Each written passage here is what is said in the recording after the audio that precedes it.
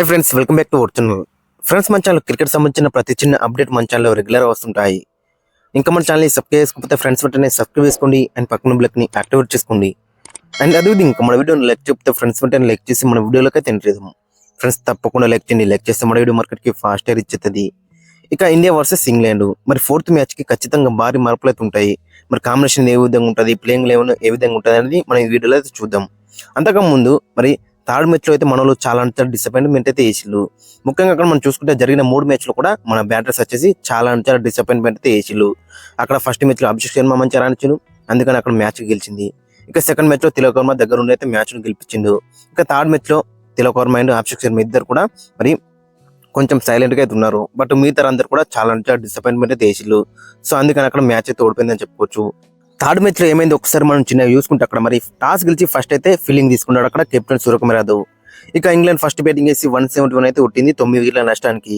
మరోసారి అక్కడ వరుణ్ కి అయితే ఇబ్బంది అయితే పడ్డారని చెప్పుకోవచ్చు. మొత్తం అక్కడ వరుణ్ 5 వికెట్లు తీసుకున్నాడు. మొత్తం 4 ఓవర్లు వేసిండు, 24 రన్స్ మాత్రం ఇచ్చిండు, 5 వికెట్స్ అయితే తీసుకున్నాడు 6 సెకండ్ తోని. ఇక హార్దిక్ పాండ్యా 2 వికెట్లు తీసుకున్నాడు. రవి బిష్ణు 1 వికెట్ ఇచ్చినప్పుడు కూడా టూ మనీ రన్స్ అయితే లీక్ చేసిండు. ఓవర్ కి దాదాపు 12 అయితే ఇచ్చిందని చెప్పుకోవచ్చు. ఇక మరోవైపు అక్షర్ పట్ల 1 వికెట్ తీసిండు.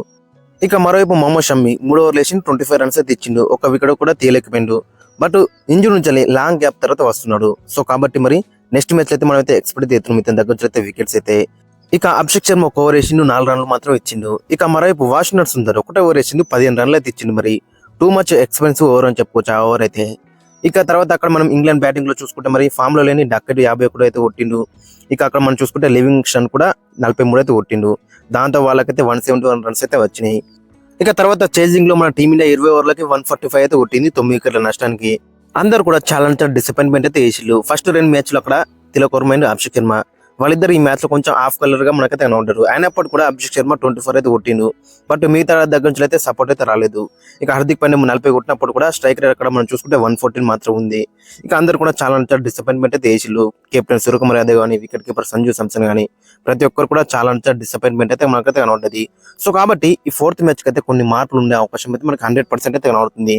ఇంకా అక్కడ బెంచ్ మీద బిగ్ ప్లేయర్స్ అయితే మనకైతే కనబడుతున్నారు. శివన్ దుబే, రింకు సింగ్ అండ్ అక్కడ రమన్దీప్ సింగ్. రింకు సింగ్ ఫోర్త్ మ్యాచ్ నుంచి అయితే అవైలబుల్ గా అయితే ఉంటాడు ఖచ్చితంగా. సో కాబట్టి అతన్ని కూడా ప్లేయింగ్ లెవెన్ లో తీసుకునే ఛాన్స్ అయితే మనకి 100% అయితే కనబడుతుంది. ఇక హర్షదీప్ సింగ్ కూడా మరి ఫోర్త్ మ్యాచ్ కి అయితే తిరిగి వస్తాడు. ఇక ఈ ఫోర్త్ మ్యాచ్ వచ్చేసి అక్కడ పూణేలో జరగబోతుంది 31 జనవరి నాడు. సో ఇక్కడ కూడా మరి పిచ్ వచ్చేసి అక్కడ మరి బ్యాటింగ్ ఫ్రెండ్లీ వికెట్ అయితే ఉంటుంది ఖచ్చితంగా. ఇక ఈ మ్యాచ్ కి ఒకసారి కాంబినేషన్ చూసుకుంటే అక్కడ మరి ఓపెనర్స్ వచ్చేసి సంజు సామ్సన్ అండ్ అభిషేక్ శర్మ. ఖచ్చితంగా సంజు సామ్సన్ పైన ఫోకస్ అయితే ఉంటుంది. ఎందుకంటే మరి లాస్ట్ 3 మ్యాచ్ లో మనం చూసుకుంటే ఈ సిరీస్ లో సేమ్ కైండ్ ఆఫ్ డిస్మిసల్ అయితే మనకైతే కనబడుతుంది. సేమ్ బౌలర్ కి 140 అబోవ్ స్పీడ్ కి అయితే మనోడైతే ఆడలేకపోతున్నాడు. ఫుల్ షాట్ ఆడబోతున్నాడు, క్యాచ్ ఇచ్చి అవుట్ అవుతున్నాడు. ప్రతి మ్యాచ్ లో కూడా మనకైతే అదే కనబడుతుంది. సో మరి చూడాలి మరి దాని నుంచి ఏ విధంగా రెక్టిఫై చేసుకుని మరి ఫోర్త్ మ్యాచ్ ఆడతారు అనేది మనకి చాలా ఇంట్రెస్టింగ్ కనబడుతుంది. ఇక మరోవైపు అభిషేక్ శర్మ ఫస్ట్ మ్యాచ్ లో చాలా బెటర్ రాణించిండు. బట్ తర్వాత 2 మ్యాచ్లు కూడా స్టార్స్ అయితే దొరికినాయి. బట్ దాన్ని అయితే పెద్ద కింద అయితే కనబడలేకపోతుండ్రు. అక్కడ లాస్ట్ మ్యాచ్ లో కూడా 24 అయితే కొట్టిండు 14 బాల్స్ లో, 5 ఫోర్స్ కొట్టిండు, 171 స్ట్రైక్ రేట్ తోని. చూడాలి మరి ఈ మ్యాచ్ లో ఏ విధంగా రాణిస్తారో ఇంట్రెస్టింగ్ కనబడుతుంది. ఇక నెంబర్ 3 అక్కడ మనం చూసుకుంటే తిలక్ వర్మ వస్తేనే బెటర్ అయితే ఉంటుంది. సెకండ్ మ్యాచ్ లో అంత మంచి రాణించి దగ్గర నుండి మ్యాచ్ గెలిపించిన తిలక్ వర్మని మళ్ళీ నెంబర్ 4 అయితే పంపించిల్లు. లెఫ్ట్ రైట్ కాంబినేషన్ చూస్తున్నప్పుడు కూడా రెగ్యులర్ గా నెంబర్ 3 లో తిలక్ వర్మకి ఛాన్స్ ఇస్తేనే బెటర్ అయితే ఉంటుంది. నెంబర్ 3 వచ్చి చాలా బెటర్ రాణించిండు. సౌత్ ఆఫ్రికా సిరీస్ లో కూడా బ్యాక్ టు బ్యాక్ 2 సెంచరీలు కొట్టిండు. అండ్ ఇక్కడ కూడా సెకండ్ మ్యాచ్ లో మనం చూసినాం ఏ విధంగా గెలిపించిండు. సో కాబట్టి రెగ్యులర్ గా నెంబర్ 3 లో తిలక్ వర్మకి ఛాన్స్ ఇస్తేనే బెటర్ అయితే ఉంటుంది. అండ్ సూర్యకుమార్ యాదవ్ నెంబర్ 4 లోనే ఆడితే బెటర్ అయితే ఉంటుంది. గత T20 వరల్డ్ కప్ లో కూడా రెగ్యులర్ గా సూర్యకుమార్ యాదవ్ నెంబర్ 4 లోనే ఆడిండు, మంచి నాక్స్ అయితే కొట్టిండు. సో కాబట్టి రెగ్యులర్ గా సూర్యకుమార్ యాదవ్ నెంబర్ 4 లో ఆడాలి అండ్ తిలక్ వర్మ నెంబర్ 3 ఆడితేనే బెటర్ అయితే ఉంటుంది. చూడాలి మరి నెక్స్ట్ మ్యాచ్ లో ఏ విధంగా చేంజ్ చేస్తారనేది మనకి చాలా ఇంట్రెస్టింగ్ కనబడుతుంది. ఇక యాజ్ యూజువల్ గా నెంబర్ 4 లో హార్దిక్ పాండ్యా. ఖచ్చితంగా హార్దిక్ పాండ్యా ఈ మ్యాచ్ ఆడతాడు. ఒకవేళ ఈ మ్యాచ్ గెలిచిందనుకో 5th మ్యాచ్ కు ఇతనికైతే రెస్ట్ అయితే ఇచ్చే ఛాన్స్ అయితే మనకు ఎక్కువ ఉంటుంది. లాస్ట్ మ్యాచ్ మనం చూసినాం బ్యాట్ తో కానీ బాల్ తో కానీ చాలా బెటర్ రానిచ్చిండు. బాల్ తో 2 వికెట్లు తీసుకున్నాడు అండ్ బ్యాటింగ్ లో కూడా 45 కొట్టిండు 35 బాల్లో, 1 4 2 6 కొట్టిండు 114 స్ట్రైక్ రేట్ తోని. బట్ అక్కడ స్ట్రైక్ రేట్ మనకు తక్కువ ఆడుతున్నప్పుడు కూడా మిగతా బ్యాట్స్మెన్స్ అయితే ఇతనికైతే సపోర్ట్ అయితే ఇవ్వలేకపోయారు. సో కాబట్టి 114 స్ట్రైక్ రేట్ అయితే మనకు అక్కడ కనబడుతుంది. ఇక నెంబర్ 6 లో అక్కడ మనం చూసుకుంటే ఖచ్చితంగా శివన్ దుబే ఈ మ్యాచ్ అయితే ఆడతాడు in place of Dhruv Jurel. 2 match కూడా చాలా డిసప్పాయింట్మెంట్ అయితే వేసిండు. సో కాబట్టి ఖచ్చితంగా ఈ మ్యాచ్ లో శివన్ దుబేకి ఛాన్స్ ఇస్తారు. ఇక నెంబర్ 7 లో అక్కడ మనం చూసుకుంటే రింకు సింగ్. మరి మనం ఈ రెండు మ్యాచ్ లో చూసుకుంటే ఫినిషర్ అనేది మనం మిస్ అయినాం. సో కాబట్టి ఖచ్చితంగా రింకు సింగ్ లాంటి ఫినిషర్ ఉంటే ఏ టీం కన్నా చాలా చాలా బెటర్ అవుతుంటది. Rinku Singh second and third match కి అయితే ఇంజూర్ కారణంగా వల్ల కొంచెం అక్కడ అన్అవైలబిలిటీ గా ఉన్నాడు. But fourth and fifth match కి అయితే అవైలబుల్ గా ఉంటాడు కాబట్టి ఖచ్చితంగా ఇతను ఫోర్త్ మ్యాచ్ ఆడే ఛాన్స్ అయితే మనకు ఎక్కువ ఆడుతుంది. ఒకవేళ ఇతను ఫిట్ గా లేకపోతే మాత్రం ఖచ్చితంగా రమన్దీప్ సింగ్ కి ఛాన్స్ ఇచ్చే అవకాశం అయితే మనకు కనిపిస్తుంది. సో వాషింగ్టన్ సుందర్ ప్లేస్ లో ఖచ్చితంగా మరి వీళ్ళిద్దరిలో ఎవరినైనా ఒకరిని మనం చూసే ఛాన్స్ అయితే మనకు ఎక్కువ ఆడుతుంది.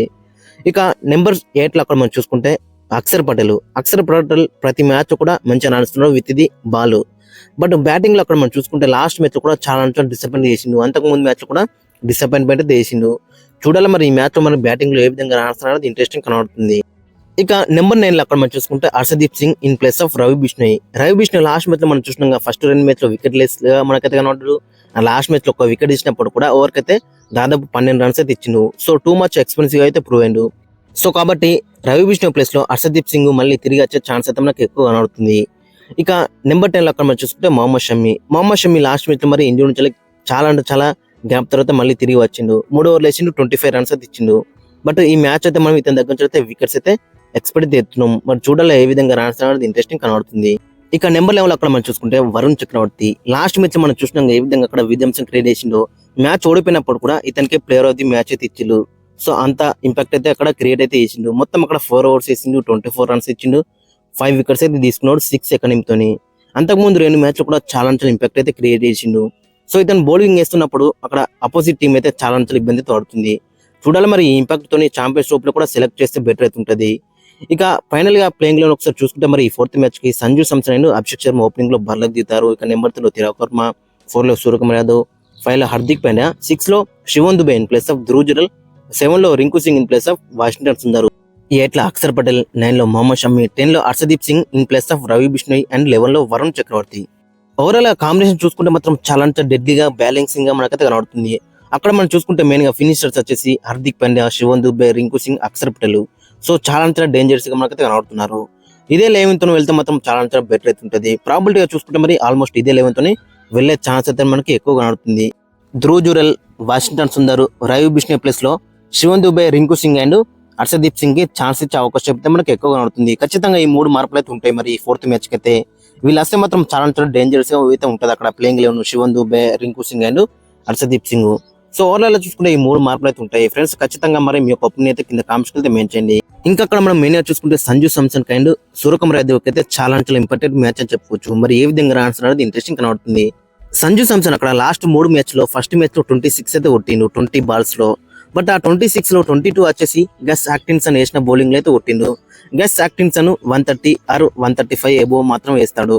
బట్ ఎక్స్ప్రెస్ ప్లేస్ ఉన్న జోఫ్రా ఆర్చర్ అండ్ మార్కుడికి అయితే చాలా ఇబ్బంది అయితే పడుతున్నాడు.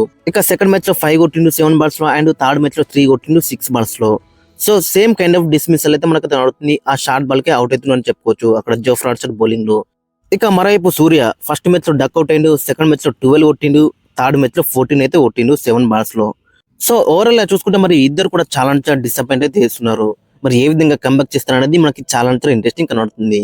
ఫ్రెండ్స్ మరి మీ యొక్క ఒపీనియన్ అయితే కింద కామెంట్స్ అయితే మెయిన్ చేయండి. ఈ 4th మ్యాచ్ కి మరి ప్లేయింగ్ 11 ఏ విధంగా ఉంటుందో కూడా కింద కామెంట్స్ అయితే మెయిన్ చేయండి.